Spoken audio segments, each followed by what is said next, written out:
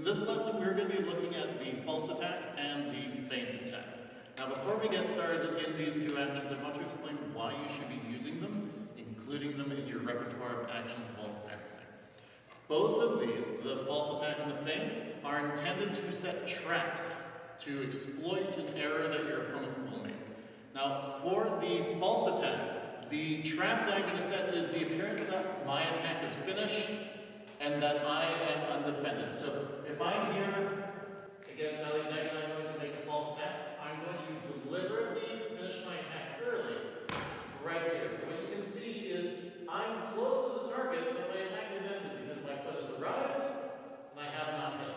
So Alexander has right away. She's going to initiate her attack now, but that's where I employ my trap. I'm going to make that parry, and now because she's come forward a little bit, her distance is off. Target is closer, so when I riposte, I don't really have to move anymore because she's met me halfway there. So that's the purpose of our false attack. Finishing early, finishing too far away, just to provoke a reaction from your opponent that you can then exploit. Now the feint is very similar in that you are again trying to provoke a reaction from your opponent. Now with Jason here, I'm going to start an attack in the inside line, and I'm going to hopefully provoke him into a parry. So here comes the attack. He parries. I change lines into position 6 in the outside line, but I can also do a feint, not just with the extension of my arm trying to force a reaction. I can make a feint using footwork. I can make it look like I'm going to attack, and then I can finish. And this is another compound action. But ultimately, what you're looking at here is setting a trap so you can exploit the error your opponent makes. Ali Zagana here is going to help us with our false attack. We're going to do a few together, and I'm going to explain why they're effective or why they are ineffective. So we're going to stand on guard, and we're going to start from a reasonably close distance, and she's going to initiate her false attack. Okay, so you can see that it is a little distant from my target. I don't necessarily feel convinced that she's going to make that attack against me, so I'm not going to take the bait. Instead, I'm going to remove her blade as an obstacle with a beat, and now I'm going to make my own attack. And as you can see, her trap, her parry is ineffective because her target's still pretty close to me. She doesn't have the time to make the parry. So she's going to try and sell that a little bit better. Okay, this time she's much closer, so I feel this has been a genuine attempt. I'm going to make my attack. I've run away, but she's going to employ her trap. There's the parry, and there's the riposte. So again, make sure that when you are applying the false attack, you are convincing.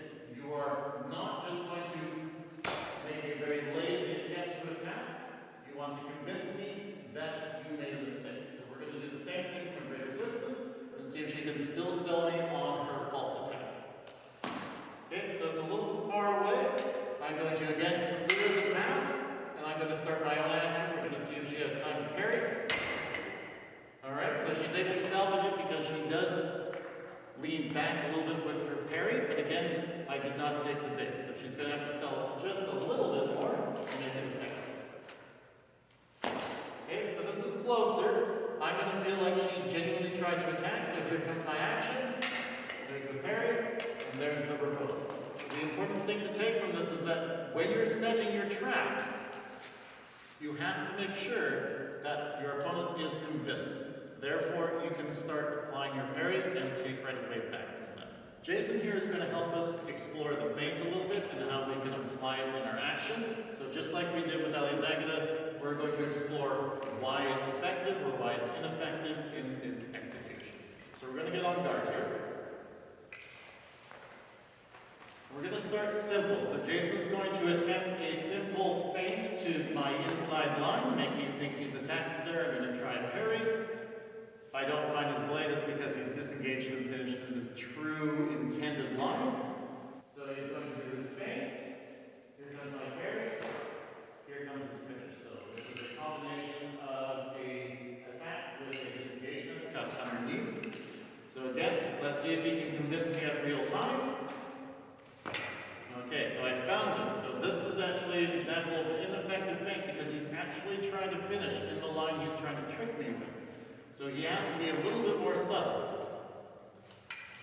So again, I caught him in that same line. So what he might want to consider here is not necessarily extending his arm all the way. He's going to start just a little bit,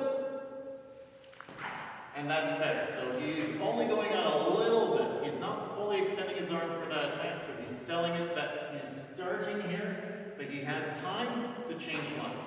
Now, what we're going to look at is doing a feint with footwork. He's going to attempt to lunge, see if I respond to it, and then he's going to hit. So again, the hit still has to occur with the hand before his foot is coming in. So he's going to make me think he's lunging. Alright, so in this case, what he's doing is not an attack because his feet did arrive before he was extending, so he's not necessarily carrying right of way. But because I search, I'm now robbing myself of right of way. So if we look at that again, he's going to start with his lunge. Now he doesn't have right of way, except that I searched and I didn't find his blade. That then gives him, again, right of way in his attack. So you can also do this with footwork, which I will demonstrate. So I can do a step in, he feels he's close, and then I can step in and change line even further, making him think that my intent was to attack here, but I'm still coming in and I'm finishing the other line. So, what's important, just like the false attack, is you want to sell your opponent for the line that you're going to finish it. So if I'm going to do a false attack, I have to sell the idea that I'm planning on landing, but I did not reach the target. And with the feint, I have to sell the idea that I'm attacking in this line, and then finishing in the other one. So again, we're on guard, I'm going to start, and I'm going to finish in the other line. So all these actions are good examples of a false